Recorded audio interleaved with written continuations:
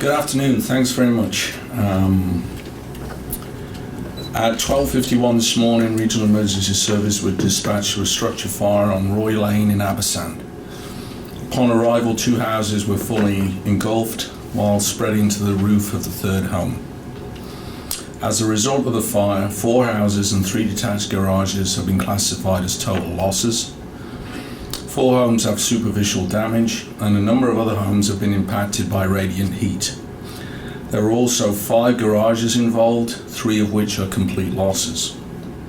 3 vehicles and a 5th wheel also experienced significant damage. In total, 27 firefighters worked through the night to contain the fire, and this morning a crew and equipment will remain on scene. The cause of the fire remains under investigation at this time, and fire investigators will remain on scene in the coming days. Significant winds were a major contributor to last night's fire spread in Abasand. Crews worked hard through the night, and now our focus shifts to the fire investigation. RCMP led the evacuation of a number of displaced residents with the support of victim services and emergency social services. A number of these displaced residents have been able to return home. I believe this is slightly different to the news release you had earlier, but that's the accurate numbers at this time. Just briefly, could I please ask what the changes are from the release to now? The numbers of... I believe the changes are, initially we said 21 firefighters, and the accurate number is 27. And also the change is it's now 4 houses that have been deemed complete losses, and before it was 3. When we wrote the report, we had 3 and 1 was still standing, but the damage is so significant that house is being demolished as we speak.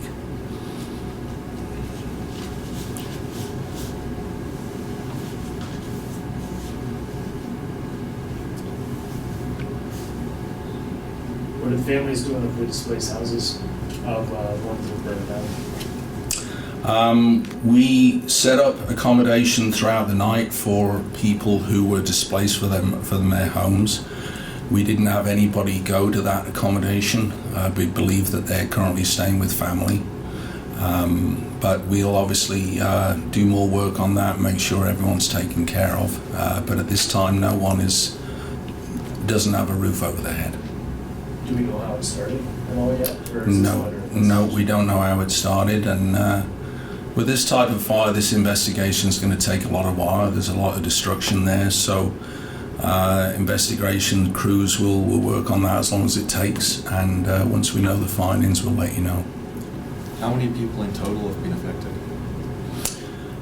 I don't have an accurate number for that. Do you have an accurate number, Rob?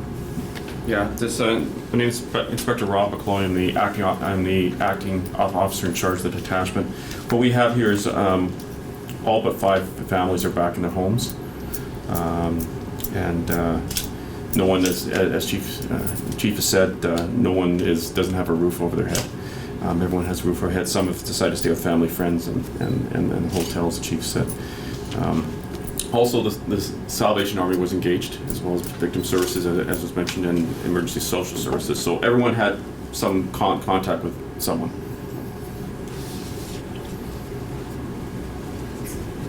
What was the sort of order of events in terms of one fire caught,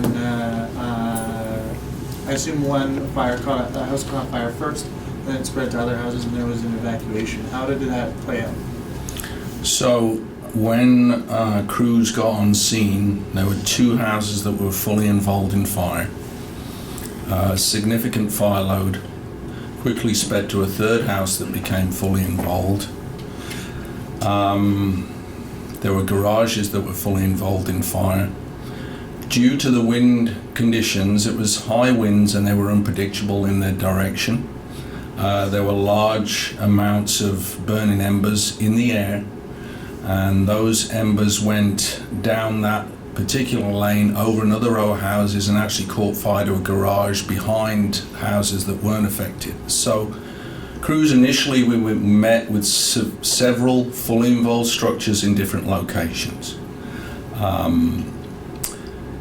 Obviously, the primary concern at that time is to ensure that everybody's out, and that was done in short order. And then the business of fighting fire was taken in hand. I think it's important to note that, regional emergency services and RCMP are part of protective services, and I think it's fair to say that everybody worked very well together at that scene. We take pride in that, and we take pride in the fact that we work well together, and it's important that we provide that service to the public. So there were other agencies involved. It was just a fantastic job by everybody. I know at this time people are seeing that 4 structures were lost, but I've been to many fires in my time, and with this fire we're very lucky that we held it at 4. It could have easily been 8 or 10. We're also very lucky that at this time that we're not talking about anybody was injured or there were any human fatalities in that fire. At this time, to our knowledge, there were no injuries and there were no fatalities. So although we feel for the people that have lost their homes, certainly we're pleased that there were no human injuries or loss of life at this time. Your loss of life of pets? There was a dog found deceased in the fire, and that, as far as I know, is the only pet that was found deceased in the fire. And I know there was a lot of them came out.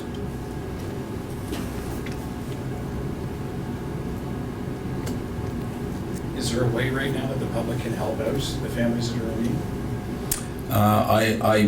I haven't been a lot involved. I'm aware that there is some fundraising going on in the community right now.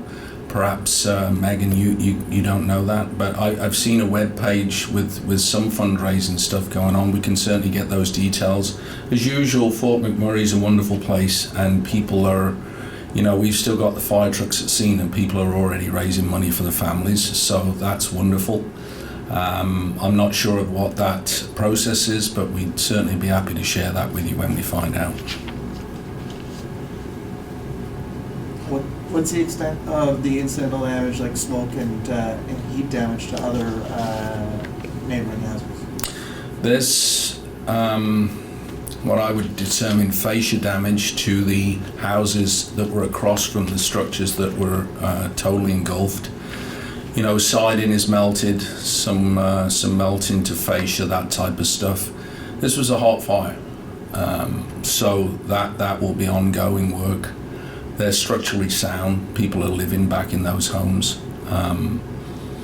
There was some damage to a fire apparatus, some lights and ancillary equipment got melted because when they first showed up, it got worse and it got hotter, so they moved the truck. But these things happen in a fire. So, How long did it take to get the fire under control?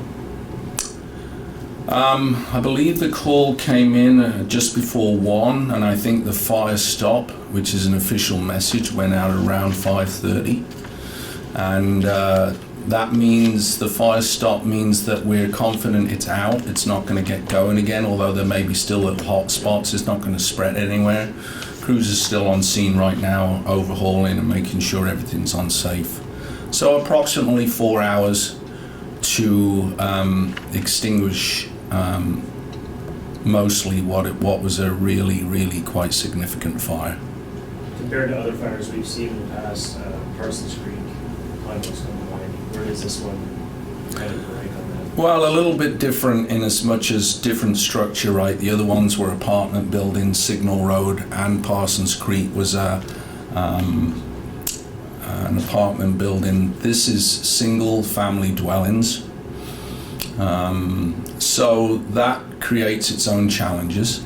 But I think as far as, I don't know, as far as cost, certainly as far as those people are concerned, it's certainly a significant fire to them. So we treat it as another incident that we've tried our very best to have, as other agencies have that have attended. I don't think it's my business to compare fires, actually. And my other question is response time. How is response times for this one, because it was up in Abasand? I know you would have had the other fire all experience this one. Yep, our overall attendance time for the first in was just around 9 minutes. That's from time of call to first truck showing up on scene. So our mandate to council is 10 for a fire truck, so we're happy we arrived in a reasonable amount of time. You know, time saves lives, time saves property, but we certainly couldn't have been there any quicker. And the actions that were taken by all involved when they got there certainly stopped this being a way more of a significant fire than it was. Do you have a dollar amount on the total losses? Not at this time, no. Inspector McCoy, how does the fire investigation go from here? The fire investigation from this point is handled by the fire department's fire investigators, and then our one member from our general investigations section will be engaged with them. So if there's any criminal matter to it, we'll investigate from there in tandem with them, and if charges are warranted or whatever. It might be totally, you know, innocent in the sense it might be just a accident. We don't know yet.